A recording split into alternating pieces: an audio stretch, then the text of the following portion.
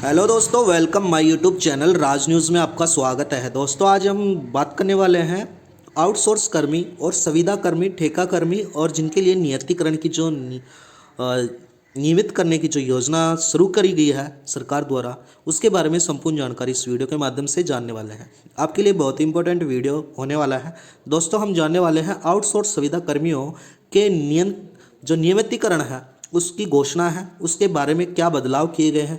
आइए जानते हैं उसके बारे में संपूर्ण जानकारी। चैनल को सब्सक्राइब कर लेना, वीडियो को लाइक कर लेना।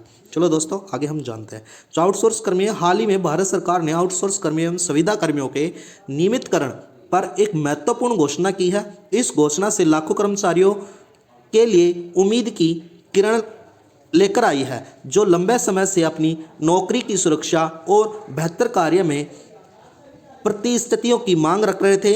अब इन नए पहल का उद्देश्य श्रमिकों को अधिक सुरक्षा एवं उनके स्थायी रोजगार का अवसर प्रदान कराना है।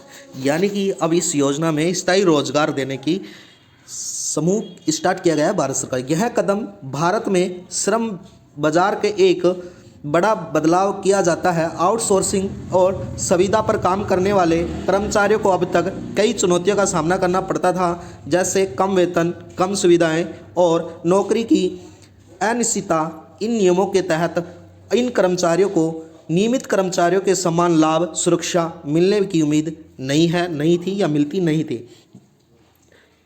यह न केवल कर्मचारियों के जीवन को सुधार लाएगा, बल्कि देश में अर्थव्यवस्था को भी मजबूत बनाने में मदद करेगा।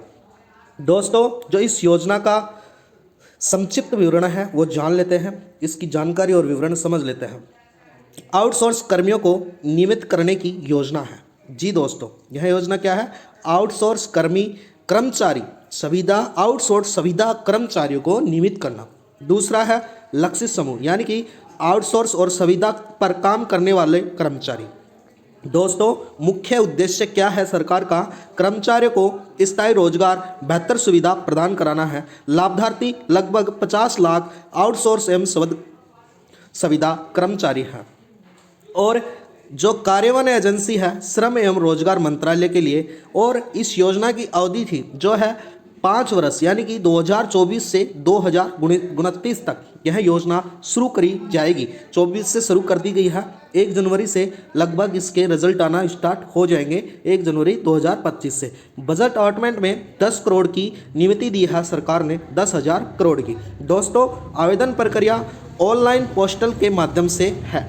दोस्तों, आगे हम जानते हैं जो नियमितकरण की जो मापदंड है, पात्रता की मापदंड है, वो क्या है। दोस्तों, इस योजना के तहत सभी आउटसोर्स और संविदा कर्मचारियों को नियमितीकरण के लिए पात्र नहीं होंगे। जी हाँ, यानी कि जो संविदा और आउटसोर्स जो कर्मी है, जो सभी इसके लिए पात्र नहीं होंगे। सरकार ने इसके लिए कुछ मापदंड यानी कि कुछ नियमित किया गया है, वो क्या है उन पे जान लेते हैं हम विस्तार से। नियमित सेवावधि, यानी कि कर्मचारी कम से कम 3 साल तक लगातार काम करा हुआ होना चाहिए, यानी कि एक सरकार की शर्त है आपको पक्का रोजगार के लिए। दूसरा क्या है? कार्य प्रदर्शन, यानी कि पिछले 3 वर्ष में कर्मचारी का प्रदर्शन संतोषजनक होना जरूरी है, होना चाहिए, तो ही आप क्या होंगे? पक्के में। तीसरा क्या है? शैक्षणिक योग्यता, यानी कि आप कर्मचारी के पास उसके पद के लिए आवश्यक न्यूनतम शैक्षणिक यानी कि शैक्षणिक योग्यता भी प्राप्त होनी चाहिए, यानी कि जिस पद पे है उसके हिसाब से उसकी योग्यता यानी कि शिक्षा की योग्यता भी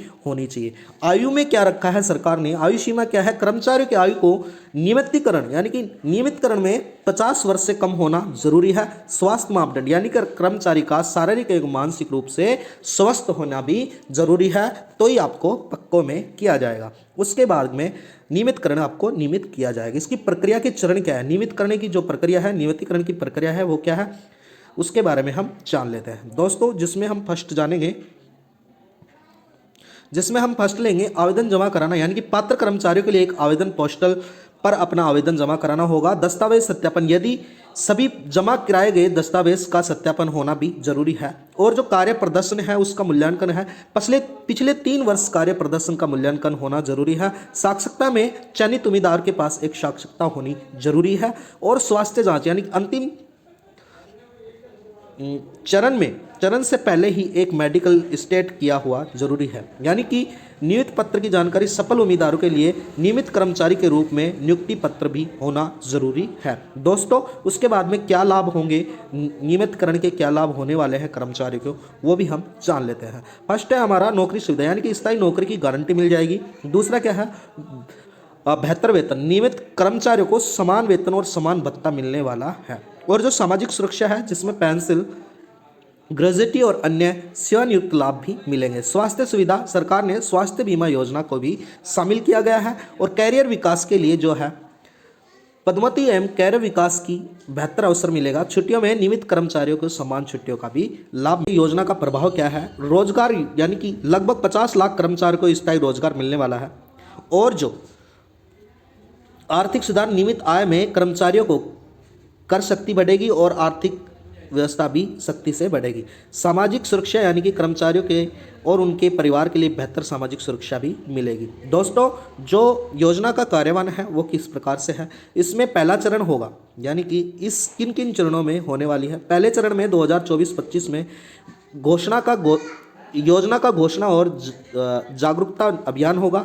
ऑनलाइन पोर्टल पर विकास एवं लॉन्च होगा। पात्रता मापदंड का विस्तार प्रशासन होगा। उसके बाद में सेकंड चरण में 2025-26 में आवेदन प्रक्रिया शुरू कर दी जाएगी, यानी कि 25 में और 26 में। और दस्तावेज सत्यापन और प्रारंभिक स्कैनिंग हो जाएगी। प्रशिक्षण जो कार्यक्रम है वो भी शुरू कर दिया जाएगा। दोस्तों उसके बाद में तीसरे चरण में जो होने वाला है सरकार द्वारा, जिसमें साक्षरता का चयन और प्रक्रिया होगी, स्वास्थ्य की जांच होगी, पहले बैच का नियमितकरण कर दिया जाएगा। उसके बाद में चौथे चरण में क्या करने वाले हैं सरकार, जो 2027-28 में होगा, बाकी बचे कर्मचारियों को नियमित करा जाएगा। प्रभार से मूल्यांकन और क्षमता जांच की जाएगी।